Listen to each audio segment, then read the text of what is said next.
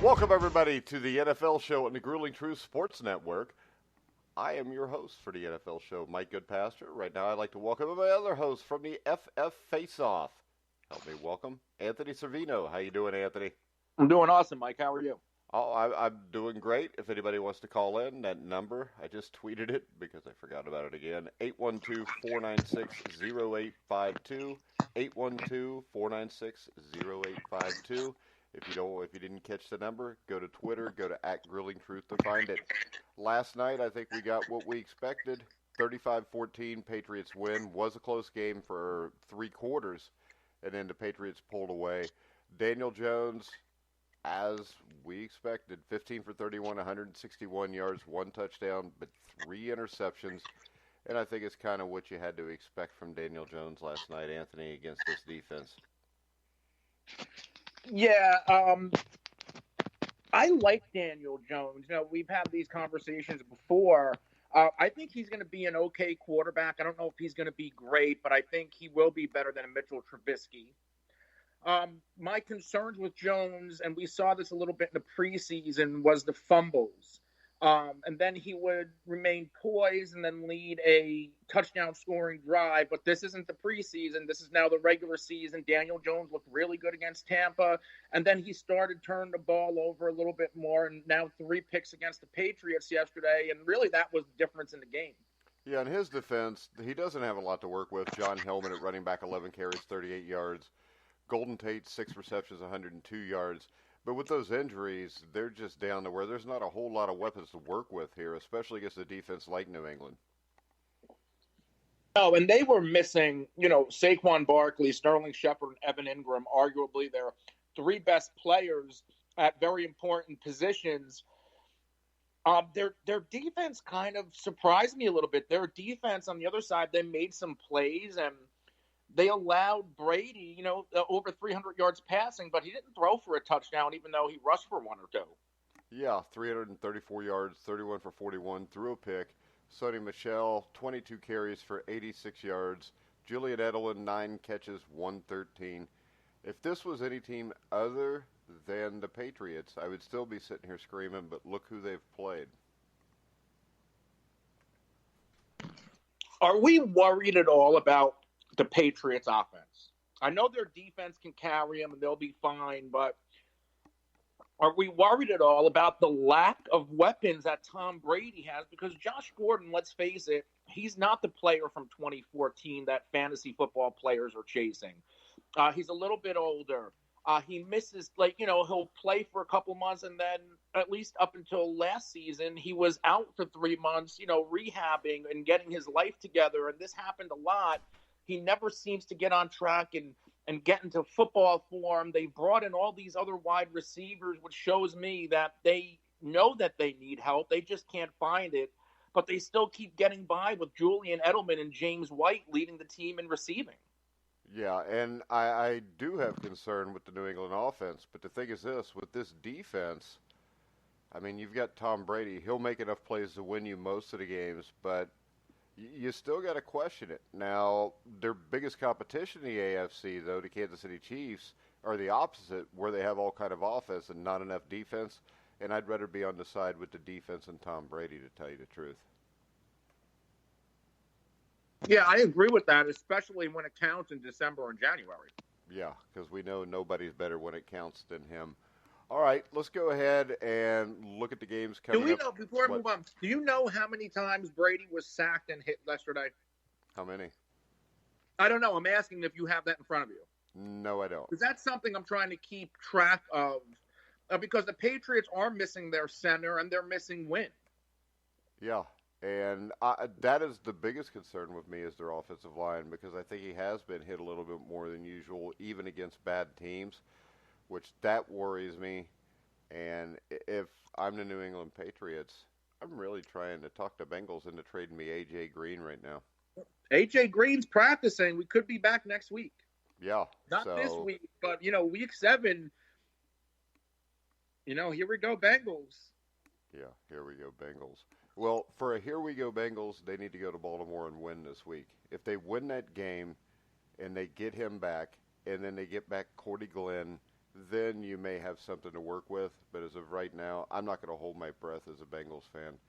Let's go ahead and look at Sunday's games. We're going to start off with the Carolina Panthers at the Tampa Bay Buccaneers in London, 9:30 a.m., which means I can get up and start watching football at 9 instead of 1.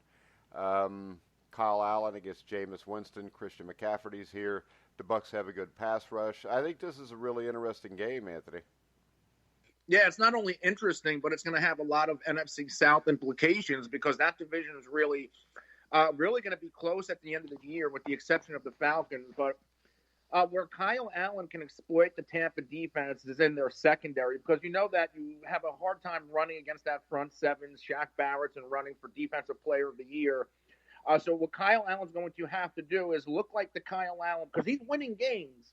But his first start this year, he threw 4 touchdowns. And since then, I'm not even sure if he's combined for 4. And he's been turning the ball over despite the fact that Panthers are winning. And on the other side, the Panthers secondary is pretty good. And we know that Jameis Winston has been playing better and not really turning the ball over.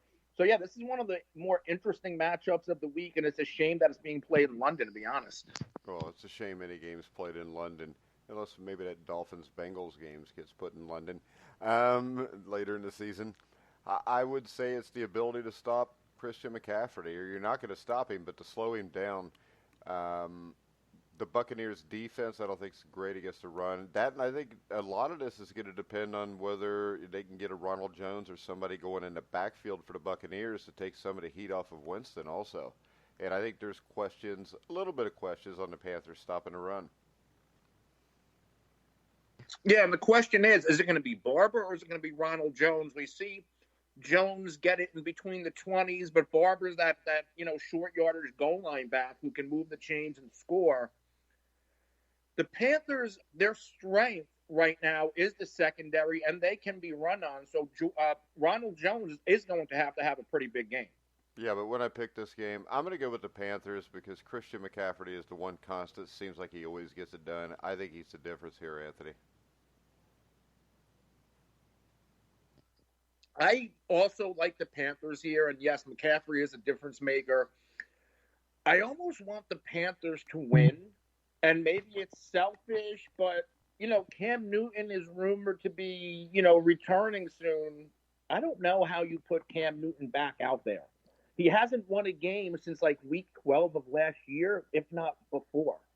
Yeah, so... And Kyle Allen has won, 5 straight starts dating back to week 17 of last season. So yeah, I'm very interested to see what Ron Rivera does. Well, I think this. I don't think Cam should start another game until Kyle Allen loses.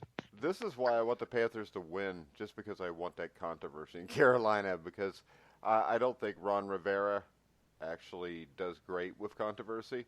And I think as soon as he thinks Cam Newton's good, he's going to play him no matter what. Yeah, but is that a Ron Rivera decision, or is that coming from management? Who knows? It usually comes from management in most places, but in the end, I think it'll cost him his job when all's said and done. All right, next up, we've got a great matchup between the Washington Redskins and the Miami Dolphins, Anthony. Yeah, this is 2 bad teams, 2 bad offenses, 2 bad defenses. I don't even know what the hell to say about this game. I mean, we talked about this on FF Face-Off last night, and it's just going to be a game of garbage. Who you picking? The refs. You got to pick a team. No funny jokes to get away from picking it. Who am I picking? Probably the Redskins. All right, I'm going to go with they're likely going to start Case Keenum. And with Keenum in there, they can at least move the ball on offense. I know Bill Callahan wants to run 34-year-old Adrian Peterson 900 times, but I think Keenum will do just enough to put the Redskins on top. I'm hoping for a tie. That way the Bengals will be both ahead of them for the number 1 pick, that they can screw up and pick somebody they shouldn't. I'm going to go with Miami. I have no reason for it. I'm just going with Miami. Next up, this I think is a tough game to call. The New Orleans Saints at the Jacksonville Jaguars, Anthony, and Teddy Bridgewater. Can he make it 4 in a row? Yeah. It's on the road, and they already beat Seattle on the road, and they had 2 home games where the defense really had to step up, and they did. This defense, especially their front 7, isn't as good on the road. Gardner Minshew's red hot right now, even though they did lose to Carolina. But I'm not going to put that on Minshew. He almost rallied them to come back. If Leonard Fournette can get going on the ground, I think Gardner Minshew can have his way passing, and I think the Jaguars are going to end up winning. Jalen Ramsey is expected to play, and that improved the Jags' defense because without him, they've regressed a lot without Jalen Ramsey. But now with Ramsey back, I think their defense is going to play well enough to really contain Kamara and Teddy Bridgewater. Yeah, I'm going with the Saints just because I think they're going to be able to slow down Leonard Fournette. If they do that, I think Minshew turns the ball over a couple times. I'm going to go with the Saints in the defense and Teddy Bridgewater. I don't know why I'd go with Teddy Bridgewater, but I'm going more with the Saints, their defense, and I think when it gets down to it, the Saints' defense is better than Jaguars. Their coaching is better than Jaguars. You think I'm going to go with the so? Saints. Yeah, I think their defense is better. I haven't seen anything to make me think the Jaguars are a great defensive football team. I mean, we've seen flashes. I mean, when Jalen Ramsey's in there, that they're a completely different defense, and we have seen that earlier in the year. Well, how about this? What I see, though, is a Jalen Ramsey that's probably not 100% in on this right now. So we haven't heard a peep since in 3 weeks about Jalen Ramsey wanting out of town. I think that's done and over with. Well, I still think he's not happy there. He wouldn't have been raising hell from the beginning. And this is a team that struggled to beat the Denver Broncos. I think the Saints are a lot better team, and I think you're just worried that the Saints will have home field over the Cowboys the way this is going if they keep winning, Anthony. I mean, I don't know if I'm exactly going to put either one of those teams in that conversation yet. The Saints, you wouldn't put the Saints in the conversation with the Cowboys? I wouldn't put either one of them in a home field conversation. I don't trust the Saints. And who's to say that Drew Brees is going to come back and look like Drew Brees? Would you put the Cowboys in that conversation for home field? At this moment, no. Okay, then we'll go on. Next up, the Cincinnati Bengals will face the Baltimore Ravens in Baltimore. All I can say about this is the Bengals coaching is bad, the Ravens is good. The Ravens defense isn't very good. The Bengals defense is terrible. The Ravens offense isn't very good. The Bengals is terrible. I'm going to go with not very good and take the Baltimore Ravens here, Anthony. Yeah, and you know me. I like to root for the Bengals to come out on top and win. All games, great Americans do love to root for the Bengals. So, the Baltimore Ravens, they've lost 3 in a row. They really should come out and beat the Cincinnati Bengals. They're better on both sides of the football, and they can run the ball, they can pass. The Bengals can't really stop anything, and that's my issue with Cincinnati is their defense more than anything else, because Andy Dalton has proved that even with a bad line and no running game and injuries at receiver, Dalton's still playing good football. So if they can just find a defense, I'd give them a chance, but I don't know if that's happening this week. Probably not. Next up, the Seattle Seahawks will travel to Cleveland to take on the fabulous Baker Mayfield. Same thing. When I look at this one, Russell Wilson, Pete Carroll's better than the joke that coaches the Cleveland Browns. I think the Browns are in for a rough stretch here over the next 3 or 4 games. I think that continues. I think Seattle goes to Cleveland and wins this game on the strength of Russell Wilson. Yeah, after what we've seen from the Browns, and it hasn't been good, they were embarrassed and blown out by the 49ers, held to 3 points. And now you're going to get the Seahawks, and Russell Wilson was playing the best football of his career, and you're going to expect Baker Mayfield to all of a sudden bounce back. I don't see it happening. I don't know how Freddie Kitchens makes it through the year as head coach, and it's going to keep going in the wrong direction. Now we have Odell Beckham Jr. Doing exactly what I thought he would do. If the Browns weren't winning and he wasn't involved, he's starting to say, hey, I can change that, get me the ball. And I don't blame him for saying it, because, I could see if the Browns were losing and Odell was involved, and then he's opening his mouth. But the fact that his targets have been regressing since week 1, and they're losing, and Odell Beckham's your best player, you got to get that guy involved in the football game. And I put that on Freddie Kitchens like I put everything else on Freddie Kitchens. Yeah. Next up, we've got 2 games. I think these are the 2 best games of the week. We're going to start off in Minnesota, where the Philadelphia Eagles will travel there to take on the Minnesota Vikings. This is a huge game for both teams. Where do you go here, Anthony?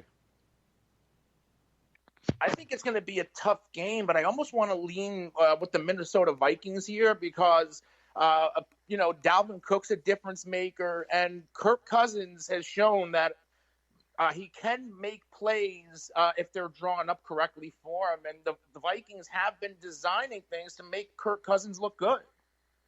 Yeah, I think this is a complete toss-up. I'm going to go with the Eagles. I think they have the better coach. I think they're the tougher team. Of course, they're by far the best team in the NFC East. So I'm going to go with the Philadelphia Eagles and Carson Wentz to win this in a really tight game. What?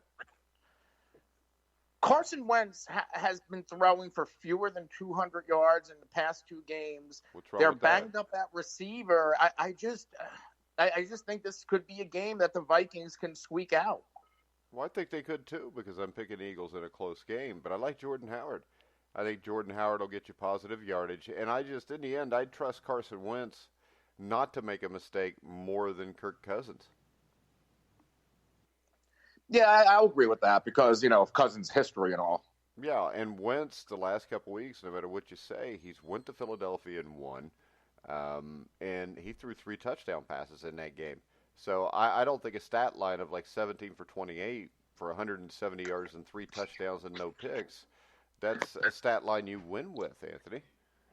I don't care how many yards he threw for. He still made the throws to get him in the end zone.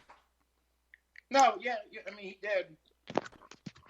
But I think it's going to come down to if that Philadelphia secondary, they're not playing against Luke Falk and the Jets this week, and they have 2 really talented receivers in Minnesota.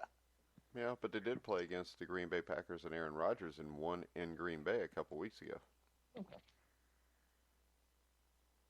Barely squeaked by. Doesn't matter. They won in Green Bay.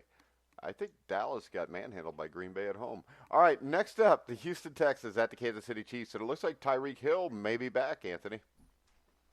Yeah, they're optimistic about Tyreek Hill returning, but Sammy Watkins is, dealing with an injury again. He hasn't practiced yet this week and will probably not play, but I don't think it matters. The Houston secondary, they really can't contain anyone. Their whole defense is in shambles, and that's why Deshaun Watson needs to put up 50 points so they can come out with a win in a shootout. But I think this is going to be a big game for Pat Mahomes to bounce back after 2 games combining for 1 touchdown, and the Chiefs are going to come out victorious.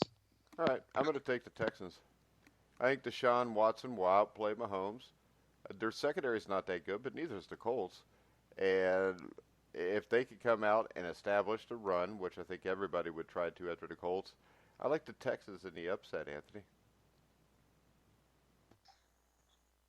You think it would be an upset? Could you call that an upset? I think when the Kansas City Chiefs are favored by 6 over the Houston Texans, I think it would be called an upset. It's almost a touchdown favorite. Okay. I think it would be actually a fairly big upset. So, not as big as the Colts beating them. But right now the thing is this. If the Chiefs were to lose this game to the Texans, things get real interesting in Kansas City because this is a team I think everybody thought would skate through at 14-2 and play the NFC Championship or the AFC Championship game against New England. Yeah, but even with another loss for the Chiefs, who's really going to compete with them in the AFC West? The Raiders, maybe? It's not about competing in the AFC West. It's about being able to make it to the championship game or the Super Bowl, if you know what I mean. Because the AFC West, the only team that could is the Raiders, and they're not going to. Right now, the Raiders are getting by on playing tough, hard-nosed football. Derek Carr is playing really well, but you got to consider at some point that's going to drop off, and they're going to go back to being what they are. But then again, you never know. But I'm just saying, with the ability to challenge New England, I would think that ability And keep doesn't the look home so field, good. so you keep the home field in Kansas City and not New England. Yeah, Really. and the other thing is, it's the way the Chiefs are losing because to me, maybe a team like the Raiders can't win the division against the Chiefs. But if you put them in a playoff game against the Chiefs, why not? They got Josh Jacobs who could run the ball down their throat, Derek Carr who could pick that apart on defense or on offense. And what we've seen is the Chiefs are like the fast break basketball team that runs through the regular season, but then they get to the NCAA tournament or the NBA playoffs and they play a team that's big, strong, and physical that slows the game down, and they can't deal with that. And I think that's been the MO of Andy Reid's teams for over a decade, whether it was in Philadelphia or Kansas City. So my worry is you're seeing the exact same thing. Now, when before they lost the running back last year, they were a team that were capable of winning a Super Bowl. You take that running game away, now for some reason they don't run the ball, they just throw it all the time. That's not a recipe for winning in January in New England or Kansas City because the weather's usually not conducive to that. And we saw them last year, even with that great offense. That great offense was stymied by Bill Belichick in the first half of that game, and that's all it takes is one bad half against a Belichick team, and you're going to lose the game. Yeah, and that's a really good point about, losing Kareem Hunt. I think that was a big difference in that offense, and they really can't get a ground game going. Yeah, and the thing is, without Kareem Hunt, you're making your defense worse because you're just throwing the ball around. So you're scoring quickly, but you're putting your defense back on the field quickly, and eventually that wears you down. So I just think there's a lot of questions about this Chiefs team and the style of football they're playing right now and whether that's conducive to winning the Super Bowl because I don't remember a team playing at that style that can't stop the run, that throws the ball 50 times a game, that's won a Super Bowl.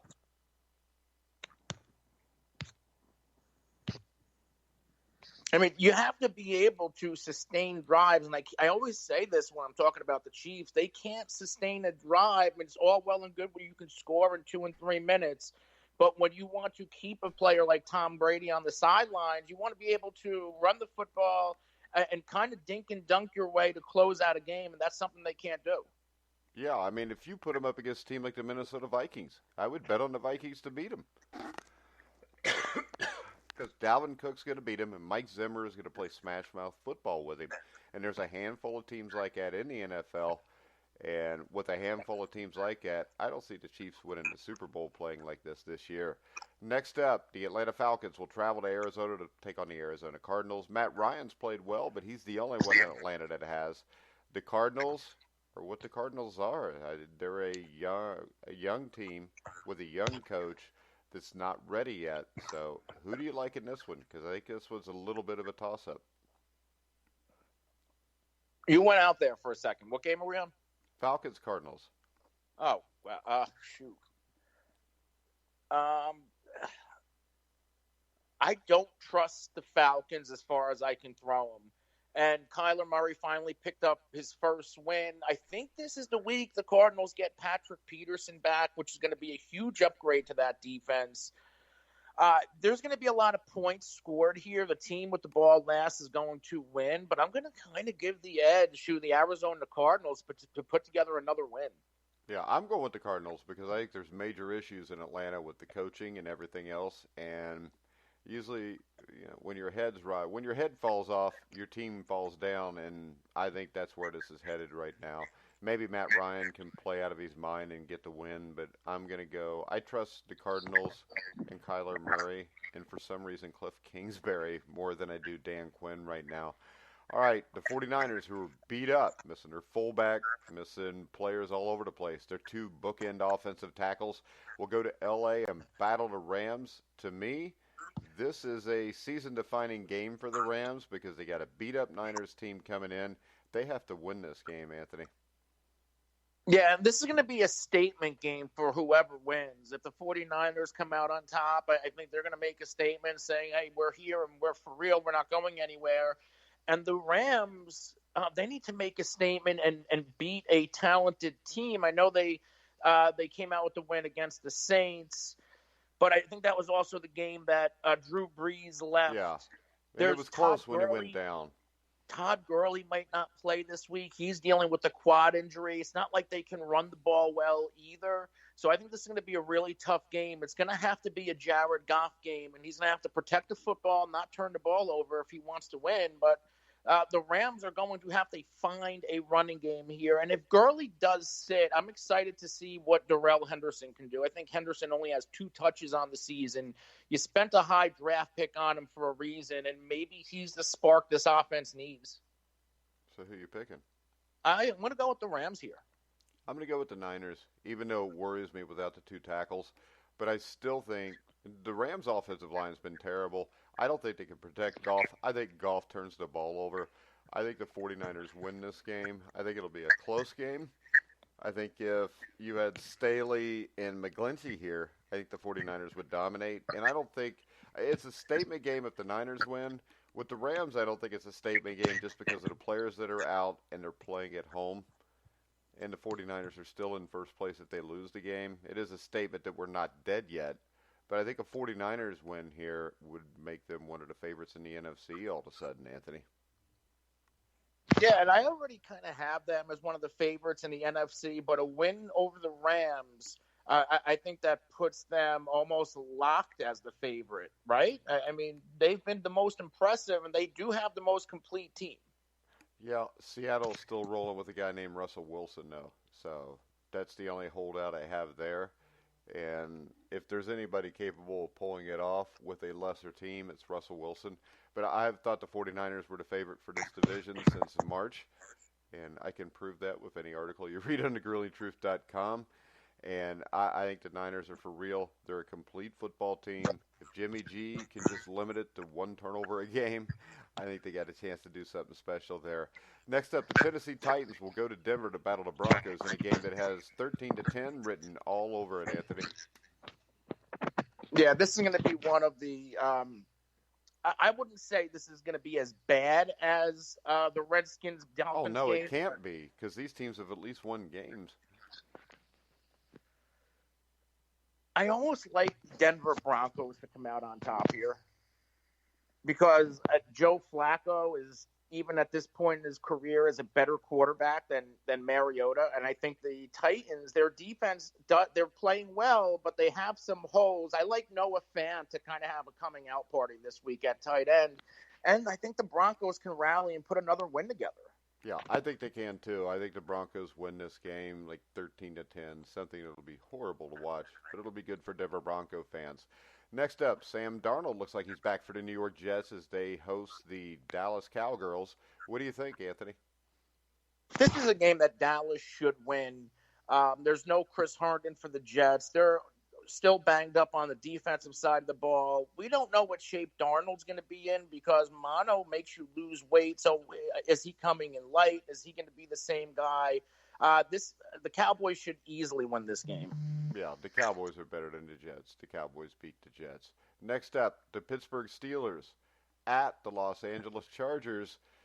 We got old Delvin playing quarterback for Pittsburgh. I'm going to take the Chargers here. Delvin. It's Delvin, isn't it? Pretty sure Devlin. it's Delvin.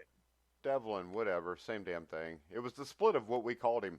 All right, I'm going to go with the Chargers, but I think this will be a closer game than what people think it will be because I'm not buying into the Chargers. I haven't since last year when I bought into them, and they bit me in the ass by laying down in New England. There's not a lot of weapons there. I think the Steelers will be tough enough to keep it close, and I would not be surprised if old Delvin just comes out and plays out of his mind and the Steelers pull the upset, but I'm going to go with the Chargers in a close one. Yeah, I'm going to also side with the Chargers. If the Steelers are going to have any shot, Hodges needs to not turn the ball over. They have to run the ball, and they have to play good defense. And I do think that the Steelers are playing better defense since bringing over Minkah Fitzpatrick. But I think what the Chargers have on offense, they haven't really been looking like the Chargers of old. But Melvin Gordon back for the second game, and Austin Eckler has been having one of the best seasons of his career. I think the Chargers should run the ball and win that way. All right, next up, Monday Night Football, the Detroit Lions at the Green Bay Packers. Adams is going to be out in this game, correct, Anthony? I don't know if that's definitive yet. I thought Is it it? was. But either way, I'm taking the Detroit Lions to pull the upset in Green Bay. I think Matt Stafford will play well. I think the defense will do just enough. And Aaron Rodgers has not looked great so far. I don't think the Packers will gouge the Lions running the ball. I like Detroit in the upset, Anthony. Yeah, and no, it's not definitive, but it doesn't look like he's going to play, and they're not optimistic about it either. Without Devontae Adams, I do think the Lions have a little bit of an edge because they can play defense, and they have been playing really good defense of late. And Matt Stafford hasn't been turning the ball over. I'm still going to go with the Packers and Aaron Rodgers. All right. Anything else we want to discuss before we go? What do you think of Rob Gronkowski last night? Did he seem nervous? I don't know. I started to watch it, and then I went in a room because I didn't really care. I mean, I know he didn't file his retirement papers yet, and Bob Kraft is saying we'd welcome him back. Yeah, well, because they need him back right now. We already talked about the problems with the offense then, or the offense with the Patriots. And with that being said, he's needed back, which means they'll probably overpay to get him for the last few games of this season also. Yeah, that is true. Listen, little bit news from the Patriots. Boston Globe reports the Patriots are expected to place Jacob Johnson, their second fullback, on IR. They already lost James Devlin, their lead fullback this year, to injured reserve. Without their fullbacks, and the Patriots aren't exactly running the ball well, I think this just sets this offense back even more. But you can set it back all you want. In the end, they'll still be in the AFC Championship game. The question is, can you set it back enough so somebody could beat them in the AFC Championship game? Because if you look at their schedule, fullback or no fullback, they're not going to lose too many games. No. We talked about this before. They're going to the Jets after having 11 days off because they don't play them till Monday night. And then they'll come back, they'll play the Browns. Then they go to Baltimore. I mean, they go to Philly. They host the Cowboys. So even at worst there, maybe they lose 2 of those 5 games. Then they play the Texans. So if you go 3-3 in those 3, I mean, the worst I could see them doing, even if they fell completely apart, is 12-4. And I don't see them completely falling apart with that defense. No, I think the defense is what's going to carry them. I just think they need to make a move on the offensive side of the ball. What do you mean by make a move? Make a move. Go get a receiver. Go get a fullback, an alignment. I think they need to improve a little bit. Who's out there that it could get? And don't you have to have a dance partner then? Because I'm sure they'd love to have A.J. Green, but, you know, you got to make sure that the other team wants to do it also. I mean, I saw rumors of an O.J. Howard from Tampa Bay. I've even seen rumors about an Emmanuel Sanders from Denver. Yeah. The O.J. Howard thing I think would be really interesting. The Emmanuel Sanders, not so much. Yeah, I mean, Sanders can still play, and he would add speed, probably more speed than what they're getting out of Josh Gordon. And Josh Gordon banged up his knee last night. Yeah, and the question there is, are you ever going to get what you think you're going to get out of Josh Gordon? He's a receiver. He hadn't really played in 4 or 5 years. No, he's just a guy. I think he's just a guy. Yeah, Josh Gordon is now just a guy. He's a guy that could have been more than just a guy, but he was his own worst enemy. So, at least Bill Callahan's coaching the Washington Redskins. So that'll make everything fun this weekend. I say that facetiously, by the way. Anything else, Anthony? No, that's about it. All righty. We are going to go ahead and wrap it up, guys. We will be back Monday to look back at Sunday's games and to talk about where we were right and ignore where we were wrong. Make sure you follow Anthony at is it the real NFL Guru? All right. Yes, the real NFL Guru. You could also follow him at FF Faceoff. Any live shows today for the FF Faceoff? Yeah, we should be going live right around 4 o'clock today. All right, and we will have that show up live on thegrillingtruth.com tonight around 8 o'clock if Anthony remembers to text me that they just got a show done. I will. Okay. You keep telling me that, and you always forget. And it's like 2 o'clock in the morning, and I realize you had an FF face-off of because I see what you tagged me in. All right, guys. We're going to wrap it up noon for the NFL show on Monday. Make sure you join us then. So, you can hear all of our shows on iHeartRadio, iTunes, TuneIn, Spreaker, Stitcher, Spotify. Wherever you find podcasts, you'll find The Grueling Truth. So, for Anthony Cervino, I'm Mike Goodpaster. You've been listening to The Grueling Truth, where the legends speak.